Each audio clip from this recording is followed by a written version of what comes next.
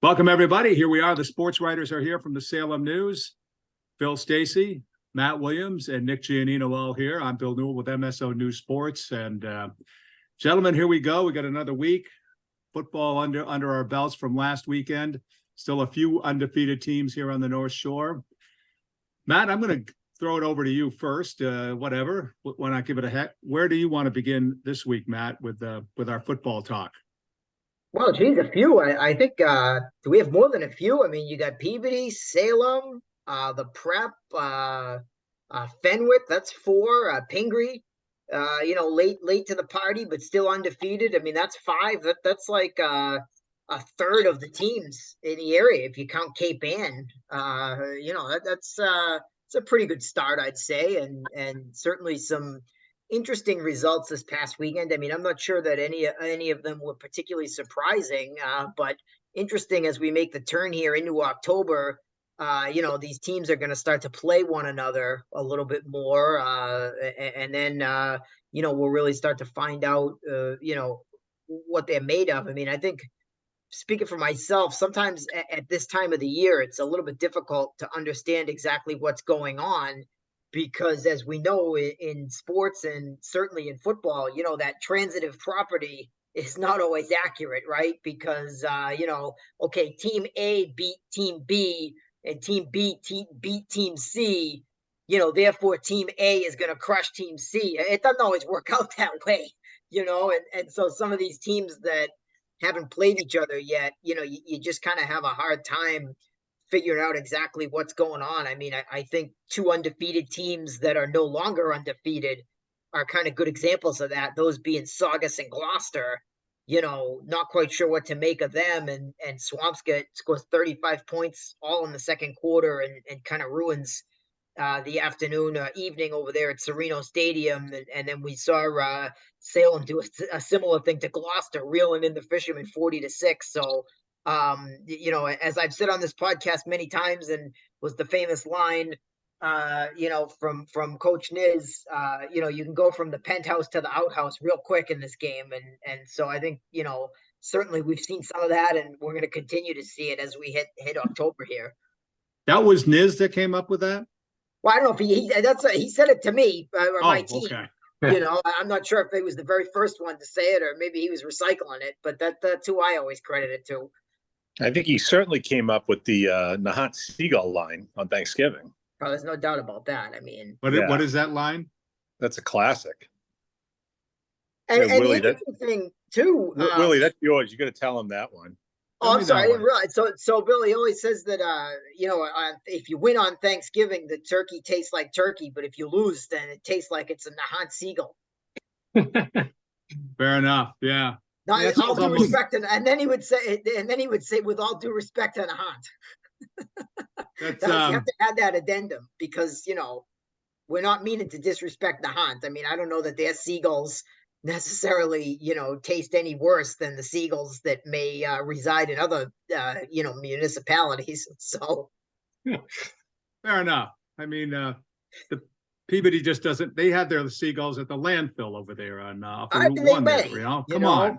But I would say too, injuries are starting to creep up. I mean, Swampscott did what it did to Saugus without Sam Nadworny or Henry Butler, who were, their leading touchers there on offense. And Pingree won a 2-point game against Proctor without Matt Terrio, their starting running back. So that's big when you can win games when your skills guys are down. And, to segue to Marblehead, I mean, people may overlook them now, but, they're really thin at the skills positions. If they start getting healthy, you really got to watch out. If they get Andy Palmer back and Chris DeWitt and Brady Salve, I mean, their starting running back this past week was their third string quarterback. And according to Coach Rudloff, he'd never been a running back before in his life. And, he did reasonably well. They actually called 2 pitch passes for him. You could tell that he was a quarterback. So they're getting very creative, but that's an example of health going in the other direction. So again, like as we hit October, I think not only teams playing each other is going to teach us a lot of lessons, but who can stay healthy and avoid those bad luck injuries is going to be a big part of what's going on too. just a note. I was at that Saugus game against Swampscott, and Swampscott, I think it could have been. I don't know who would have won that game, but Saugus was missing their quarterback with an injury, and I don't know when these injuries happened. They were in their top offensive lineman and linebacker. They were pretty well, beaten up. The Saugus was going into that game. Having said that, though, I still think that could have been a toss-up game either way. I think going into it, but who knows? Taking nothing away from. I mean, from they're not Swampscott. it's not your dad's Saugus team. They are much improved. They are, yeah. Phil? Bill, how are you? Saw two unbeaten teams this past weekend, and each of them rolled, really kind of flexing their muscle as just how strong they can be. Friday night was Bishop Fenwick against the very young St. Mary's of Lynn team. Fenwick fell down early in the first quarter and then proceeded to score, I think it was 4 straight touchdowns, and then added some punch in the second half to win going away. Luke Connolly with 4 touchdowns for Bishop Fenwick. I thought they played really, really well defensively, really ball hawking. Fenwick is such a unique situation. We've really never had anything like this where a team knows, before the first kickoff of the season that they're not going to be in the playoffs. They can't qualify for the playoffs. And I think, in my opinion, rightfully so, that when the state football pairings the power seedings, first came out on Friday, Fenwick was not included in there. I mean, I don't think it would have been the worst thing in the world to have them included. And then at the end of the regular season, you just say, ineligible for postseason play. But it would be nice to know that they are where they were. I mean, I know the coaches figured it out. They would have been ranked 7th.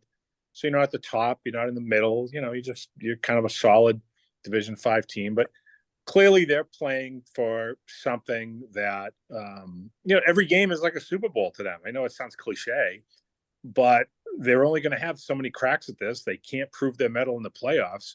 So I feel, having seen them twice now, that they're playing every game, not only to win like every team does, but to make a statement, to go out there and prove that, hey, we had nothing to do with this, the players.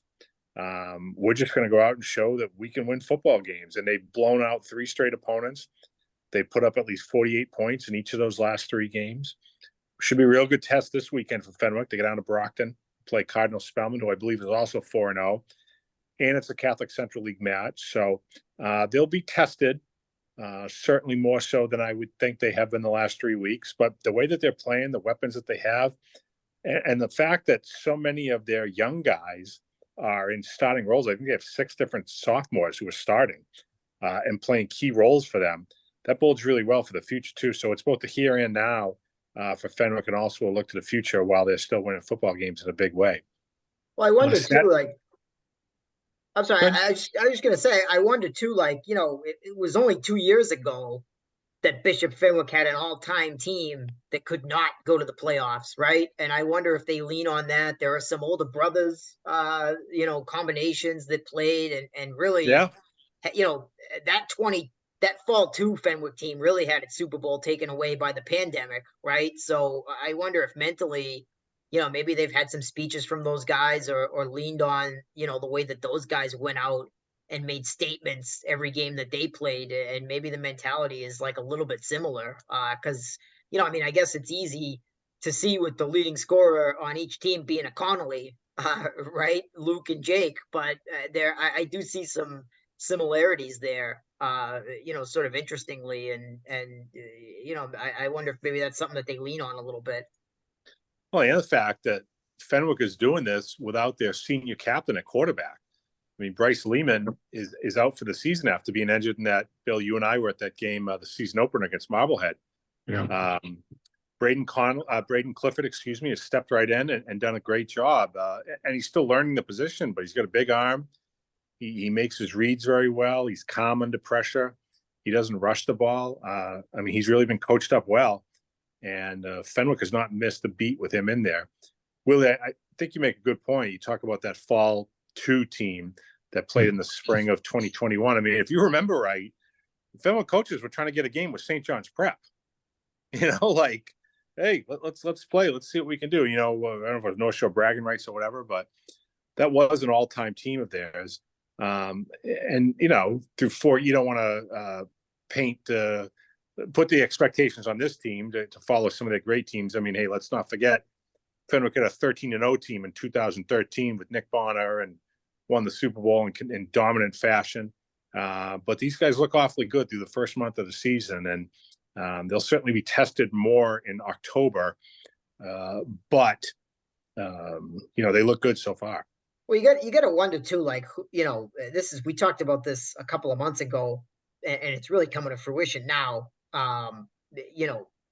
Those 2 weeks that they're not allowed to be in the playoffs, who in God's name are they going to play? Right? I thought about that. You that's can't a really put good them point. up against some of these non-playoff teams in Division 5. I mean, that's just not, Gloucester, I'm looking at the thing here, Dover Sherburne, a winless Blackstone Valley team. I mean, that's just not even in the same ballpark as fair. But is it really fair if you go up to Division 2 or 3 and make Fenwick play? I don't know. I'm just going to ballpark it here: Chelmsford or Beverly, or find a Division 1 team that didn't make the playoffs and make Fenwick play. I mean, for crying out loud, Everett. Now Everett's going to move up because they won a big game against the Catholic Conference team this past week. But I mean, as of last week, they were 24th. So are you going to make Fenwick play Everett? Is that part of the punishment here? Go deal with the Crimson Tide? I mean, that is a thorny issue, in my opinion, that I've been asking questions about since August and haven't been able to get any answers on.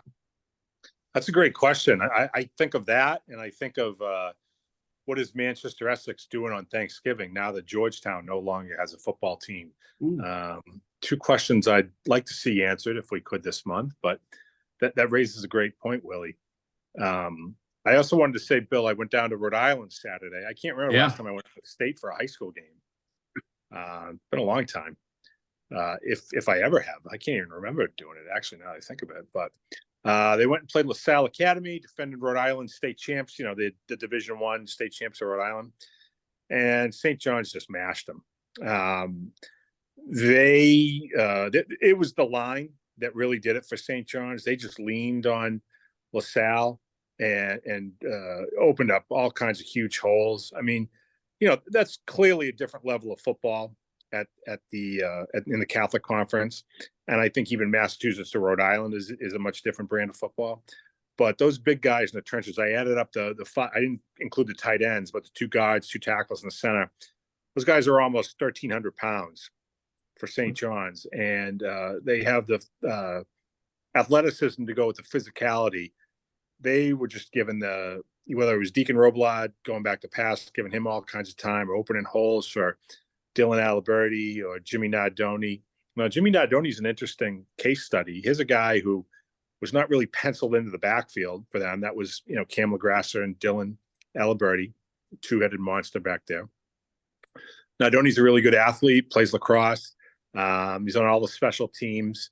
They can count on him in a number of ways, but they found a niche for him, lining up in almost like short yards, 3rd or 4th down short yardage situations. And he can kind of almost do like that Philadelphia Eagles, what do they call it, tush push or whatever, and move the line, moves the defending line, the defensive line backwards, with the caveat that Jimmy is not just looking for a yard or two. I mean, he can break them for 7, 8, 9 yards of carry. He had a couple of touchdowns. He had one, I think, of 7 yards. The other one was 10 yards, just on that same push, kind of followed a hole in the line and shot over that for a 10-yard score. He scored 3 straight 2-point rushes. So that's another weapon in what seems to be like never-ending weapons a school the size of St. John's has. I mean, with all the players they have on their roster, they want to utilize as many standout players as they can. And Nardoni fit that bill very nicely Saturday down in Providence. Now, they open Catholic Conference play this week, so their next 4 games will all be in conference play. Nino, you're going to get a chance to see them, I know, for the first time this week when they play at Shrewsbury. I'm sorry, they host St. John's of Shrewsbury this Friday night at 6. And Nick, it's a new St. John's of Shrewsbury team The Prep rolled over them last year on the road. This is a much different team. They're 3-1. They beat LaSalle pretty good themselves. They have a new head coach. Things seem to be clicking there. And they did go into Danvers at Glatz Field and beat St. John's 2 years ago. As Brian St. Pierre told me, not that I think about that every single day or anything. So I would have to think St. John's will be up for that game, want to make a statement. Certainly, get back to maybe a little bit of revenge after what happened 2 years ago, but also stay undefeated and win that conference opener. And that's their last home loss rather, since that's correct. the last home loss they won 2 years ago. Bill, St. John's of Shrewsbury. Yeah. And if I'm not mistaken, I think St. John's now has the longest active winning streak in the state, like the carryover winning streak, because it had been North Attleboro, I want to say. And they lost whoever it was lost last weekend. Somebody down the South Shore had like an 18-game winning streak. And now it's St. John's that is, I want to say, 11 games in a row. That's the other thing I had was all I had, Phil. I don't have anything more on that. Yeah. Hey, I'm sorry. I can't help you. You can lean on us, Bill. Lean on me when you're not strong. Nino, maybe Phil had that question for you, but I'm not sure if it was. But you saw Masco Friday, and they had the bye the week before, I guess. So, what's your take on Masco? I thought, impressive win. Good to get off the schneid there. I don't think they did anything, particularly awesome. They just stuck with a sound game plan, and I give head coach Gavin Monagle a lot of credit. They ran. They only threw the ball 5 times. I think quarterback Ashwin Prasad had 2 completions, but they didn't ask him to do much. He ran the plays. They didn't turn the ball over. They blocked well. Ryan Goncalves had a nice running game for them, over 100 yards, and a nice complimentary performance by, I got to look at the roster here, Leonidas Katulis, another strong game running the ball. So they kind of just ate up clock. They got first downs. They had long extended drives, and they were able to finish off enough of them to get past the Beverly team, who really grinded defensively. It's their first win, and I thought they played hard. They just made too many mistakes, and that was kind of the difference. Obviously, Masco, right out of the gate, ran the opening kickoff back. Robbie Engel went, I think it was about 85 yards for the touchdown, and he was untouched right up the middle. So that was a tough blunder right out of the gate for Beverly, and kind of gave Masco that momentum. Beverly was able to get on the board, make it a 1-score game at one point, but Masco put it away later in the second half. So I thought, like I said, I didn't think they did anything particularly, awesome, as I put it, but they did enough to get the job done, and they stuck with that game plan for the ground and pound, and it really yielded positive results. So I thought it was a good win. Willie, I know this week Peabody is headed out to Leominster. When was the last time Peabody played Leominster? Matt, do you remember? Last year. So this is the second version of the home and home here. So they beat them at home. But wasn't that the playoff game? They played them in the playoffs too, right? No, regular season. Playoffs was Bishop Fian. Oh, okay. Oh yeah, regular season. Okay, my mistake. Okay. So interesting. I mean, Leominster has a Division I prospect at quarterback. Very big on film. A heavy line, all that good stuff. Haven't had much luck winning games. They're only 1-3. But it's certainly going to be a big test. I think, especially with having to take a trip, 45 minutes to an hour, maybe even closer to an hour 20 with traffic, going out west to Central Mass. And interesting game, it was a big test last year. Obviously, they beat Marblehead last year and then had to prove that they weren't going to have a letdown game, right? And were able to do so. And so certainly would like to do the same thing this year. I mean, they continue to just kind of do their thing and impress. I mean, I think one thing that we haven't talked about too much on a podcast, I mean, we all know what Batista does and what the quarterback does. We haven't talked much about the Alexes. Alex Silva was the leading rusher on the North Shore going into the week, and ran for 122 yards and 3 touchdowns on Friday. So I'm not sure if he's going to, retain the lead, but certainly he's going to be up near the top. He's been a revelation for Peabody. That's really taken the pressure off the pass game. And the other one is Alex Jackson, who continues to be a force at defensive end. Had an interception in this game, a couple more sacks. I mean, just collapses the pocket and just continues to just be a monster there at defensive end for Peabody. So I think those have kind of been the two revelations over the past few weeks is the two Alexes just playing really, really good football. And, not a lot of razzle dazzle, but, to be able to score 41 points and win a game, without Batista scoring, because he had scored 8 touchdowns in the first 3 games. So to put up 41 without him scoring, that shows that they have other threats, and that's something that they're certainly going to look to build on and get out there going forward. Gentlemen, anything else you want to mention on the football? I know we have a couple other topics we could jump to here, but we'll just say, going back to Masco, they're going to be taking on Marblehead next week, right? Yeah, Marblehead this weekend. Yeah, this coming weekend. So, Marblehead has yet to get that first win. Masco's got the one under their belt. Obviously, haven't played one less game, but having seen both of those teams, I think that could be quite the battle this weekend. Similar teams in terms of how they run up things offensively. I know Marblehead threw the ball a little bit more in recent weeks, and they went with 2 different quarterbacks, right? This past weekend. Were you at that game, Willie? Yeah, a little bit of a rotation, similar to what they kind of did when Josh Robertson was a sophomore. With Miles, I can't remember his last name, but quick little kid and O'Neal. No, it was before. It was a different Miles. Right. Okay. But just trying to get their offense going, trying to get the ball out a little quicker, and they both fast. They both ran the ball well. And it's going to be very, very interesting. I totally agree. Masco is a team that pushed Marblehead's great teams the last few years.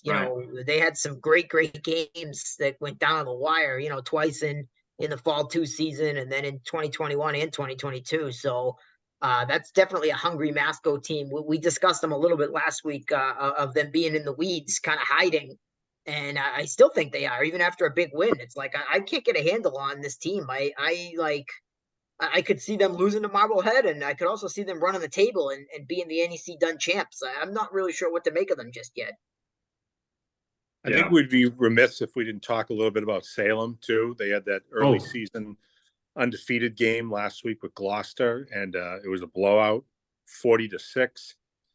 I wasn't there, but it appears as though Salem just did everything right, which is basically what they've been doing all season. I think they've given up 13 points combined the last 3 weeks. Their offense is just gelling. The lines are playing fantastic. They're getting after it defensively. There doesn't appear to be any kind of drop off in their play. It's a hungry team. It's a well-coached team. They welcome in Saugus, which you mentioned earlier in the podcast, Bill, this week, which will present another challenge because they are better than they have been. But you have to think, at least right now, that Salem's going great guns, and as a team, and you would think that they would be favored in this game to move to 5-0. It'll be the second straight season that they have been 5-0. These are real heady times for the Witches program right now, and it's taken a lot of work to get there. We might have mentioned before, but Matt Bouchard told me a couple of weeks ago after they beat Danvers, a lot of these upperclassmen have played upwards of 30 varsity games because they've started as freshmen and, got knocked around a little bit when they were younger, but they've started to put it together. They've got that confidence. They've got the skill and ability to do it.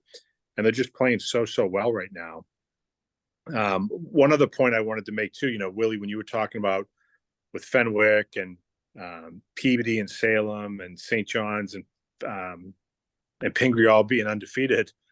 The other end of that spectrum, we have 4 teams that haven't won a game yet. 5 teams, I think, that haven't won a game yet. You get the Hamilton, Essex Tech, and Ipswich out of the Cape Ann League. You have Beverly Marblehead out of the Northeastern Conference. In fact, if you add up and I'm not including Gloucester or Manchester Essex in this, but if you include the 13 football teams that the Salem News covers, so you're talking Masco, Marblehead, Swampscott, Danvers, Beverly, Salem, Peabody, Ipswich, Hamilton, Wenham, Essex Tech, Fenwick, Pingree, and St. John's Prep, I believe their combined record is 500 through 4 weeks, like 25, 25 and 1. So you have those undefeated teams, but then you have just as many teams that haven't won a game yet. It's really kind of interesting. We only have one 500 team, Danvers, which has won 2 straight. You got a team with a tie in there, Swampscott. So it's been an interesting September. I'm curious to see what October is going to bring. If some of those teams that haven't experienced any success yet, maybe get a little bit, start to get some momentum. Now that we're in league play, the games get ramped up. Maybe that changes things for them. Maybe things just start to click. Maybe, somebody changes positions and that seems to work better for the team as a whole. There's still a lot of very interesting football to be played before we hit the playoffs. You got the real bell curve there, you're telling me, Phil. That's good stuff. Oh, Good math. It's a bell curve. Yeah, absolutely. Yeah. So we're, I was talking to one of the other Northeastern Conference coaches in the last couple weeks, and we're talking about Salem, and exactly what you said, Matt Bouchard said, and he told us too that when you've been playing as a sophomore, starting as a freshman, sophomore, and so on, now it's year 4, if you will. Other coaches aren't surprised either. We're probably more surprised than the coaches are, to be quite honest with you, because they saw it coming last year, obviously, with the Salem team and so on. But yeah, congrats to them. These kids have done a lot in their 3 years. It's nice to see. Well, I think we felt, knowing what they had coming back, I think we felt like they were in line for another really good season. But I just think the way they played so far out of the gate, with those expectations on them, they haven't let it affect them. They've been down to business. 3 blowout wins and the one close game they had with a really good Danvers team. They found a way to get it done, low scoring, 2 great plays from Shane Field got them that win off, offensively, the 2 touchdowns, and the defense did its job with a goal line stand early in that game that made a huge difference. So yeah, they're playing great. Sorry, Nino. No, I was just going to say, to add to that, the balance, they're scoring a ton of points, but they're not letting up a ton of points either. And like you mentioned, the blowout win. I think when I was talking to Bouchard going into the Gloucester game, they had only let up 2 touchdowns and both of those had come on special teams. And then when they played Gloucester, they obviously let up the 1 score, but to only have 3 touchdowns against them all season, that's pretty impressive. All right, Nino, quick comment from you on the Celtics and their acquisition, the Holiday acquisition. Does this put them into the finals? Nah, not quite. I'm not jumping there just yet. I think they still got some things to figure out. Obviously, they lose a ton of depth with these 2 moves for Porzingis back in June, and now Drew Holiday, who I think is going to be a great fit. He's a great teammate, a great player, both sides of the ball. Obviously is known for his defense, but he's been an all-star. He's averaged close to 20 points. He can dish the rock, doesn't turn it over a lot. So I like Drew Holiday. I think he's a great player and a great fit, and he makes that starting unit that much better. But then you also lose, a couple guys in Malcolm Brogdon, who, may have been on his way out anyway after he was pretty upset that he was in trade rumors after just being in Boston for 1 year. And he obviously won the 6th man of the year last year, so we know what he's capable of on the court. So obviously it hurts to lose him, but you got to give up stuff to get a good player like Holiday. And they threw in Robert Williams into the package as well, which just depletes them even more at center. So they lost some depth. Like I said, even going back to the Porzingis trade, losing Smart and that sort of thing. But they're going to have to make a few more moves here. And I know Brad Stevens today at Media Day said, they do have some picks left. They got some 2nd-round picks. They're not, I don't think they're done. This isn't their final roster going into the season. They're going to have to add some pieces. And because right now you really only have Al Horford, Luke Cornett, who's kind of unproven or limited, both, I guess. And and obviously Porzingis, who's not really a true center. I know he can block some shots, but he's more of a, power forward or a scoring center, I would say, than a defensive stalwart. So they're going to be going up against guys like Giannis and guys like Embiid and Bam Adebayo, and it's going to be interesting to see who they're going to have to throw at those guys. I think offensively they're going to be just fine, and defensively they do have a lot of versatility, and a lot of those guys, particularly in the starting lineup, can switch regularly and guard multiple positions. But you still need that guy that can rebound the basketball, that guy that can kind of protect the rim a little bit. And a lot of people will say, well, what about Al Horford? Well, yeah, he's had a great defensive career. He's had a great career overall, but he is 37 years old. I mean, how many minutes can you ask the guy to play this year? We don't know if he's going to be starting yet or if Derek White's going to slide into that starting lineup. I don't think it necessarily matters. Both those guys are probably going to play, a good chunk of minutes for them. But I think overall, I like the move for Holiday. I liked the move for Porzingis. They've definitely gotten better in terms of top end talent, but they did sacrifice a little bit of depth here, and it's going to be interesting what they're able to do to kind of solidify that front court depth. Matt and Phil, we have a couple of minutes left here. Do you guys want to pick up on anything as a closing comment? Jump to something totally different, obviously, or pile on the Celtics here? Well, we can mention that I think we talked last week about the Northeastern Conference field hockey race, and it was kind of bunched up. There's been a little bit of separation since we last podcasted, where Danvers is still unbeaten. They're 8-0-1. They had a great tie with Gloucester, 1-1 last week. Gloucester then went on to beat Swampscott, which had been in that pack, and Danvers also beat Swampscott later in the week. Willie, you were at that game. That sounded like it was a great game. Yeah. Oh, yeah. Good ball movement. Some good defense. Danvers had made some moves in its lineup and moved some girls around and really, benefited from that. They felt like they played a lot better than they did in their tie with Gloucester, and good vibes. I mean, it just is a team that appears to really enjoy playing together and is just kind of positive at all times, has a lot of belief, and I think that goes a long way. Regardless of talent. Obviously, they have plenty of talent, but I think they get the most out of it because of that. Positivity and that culture that they have. I mean, it's really, you watch them on the sidelines. It's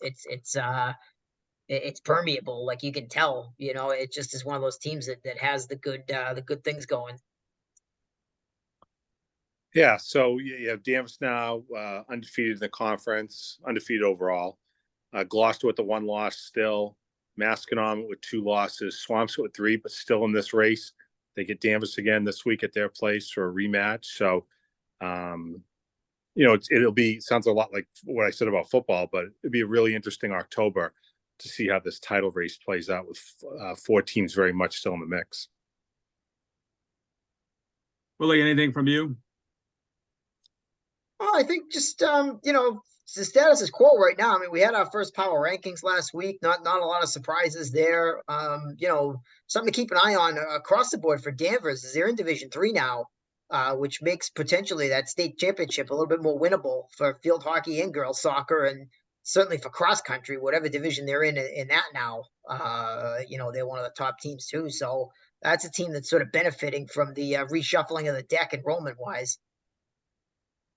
I do wonder if they're going to tweak the football at all. I think by and large, it seems to work, but there may be a few tweaks to it. I hear people say sometimes that like, well, at least right now the wins don't really matter. It's who you play. I still think the wins matter. I mean, Willie, you mentioned earlier about Everett beating, was it BC High this past weekend? Yeah. And having that, jump up in the power rankings. I mean, so it definitely plays into it, I think. The win. Yeah, I think the wins definitely matter. Yeah. I think that where you start to see is quite frankly, there's too many stinking divisions. Like you look at Division II, and the reason why there's a whole bunch of and whatever teams in the playoffs is because there's only 22 teams. So, you're only cutting off 6. Odds are number 15 and 16 aren't going to have great records, right? Like, there's too many divisions, too many opt-ins, opt-ups. And so these divisions at the top are a little small. And I think that's what's leading to the lousy records. We see it in girls hockey too. I mean, there's like 38 teams and 32 of them get in the playoffs. Like, shouldn't be a big surprise when 31 and 32 don't have great records. For my money with the football, the thing that I think, they could change or switch is the margin. Because teams that win all their games by 14 are getting a monster boost. And in every other sport, the number just isn't that high.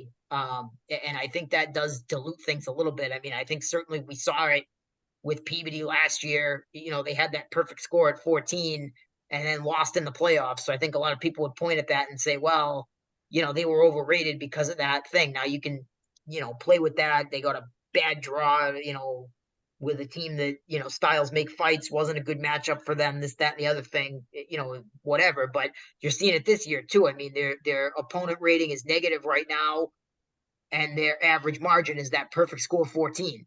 So they got a really high rank. So I think that, if anything, that's what throws off the football. Like, in hockey, for instance, right? The perfect score is what, a 3, I think? Yeah. So, if let's say your opponent rating is, I don't know, 5, that relationship between 3 and 5, like, the average margin is only what, 40-50% of the score. In football, if your average margin is 14 and your opponent rating is, 5 or whatever, then your margin rating is, 3 times, 5 times more than your opponent rating. There's a lot. In other words, what I'm trying to say, and I'm saying it poorly, is that the weight on that average margin seems to be much higher in football than the strength of schedule. So I actually totally disagree that the wins don't matter. Not only do the wins matter, but winning by 14 is what really matters. Willie, we're out of time. Gentlemen, thank you. Great job again this week, and we will talk again soon.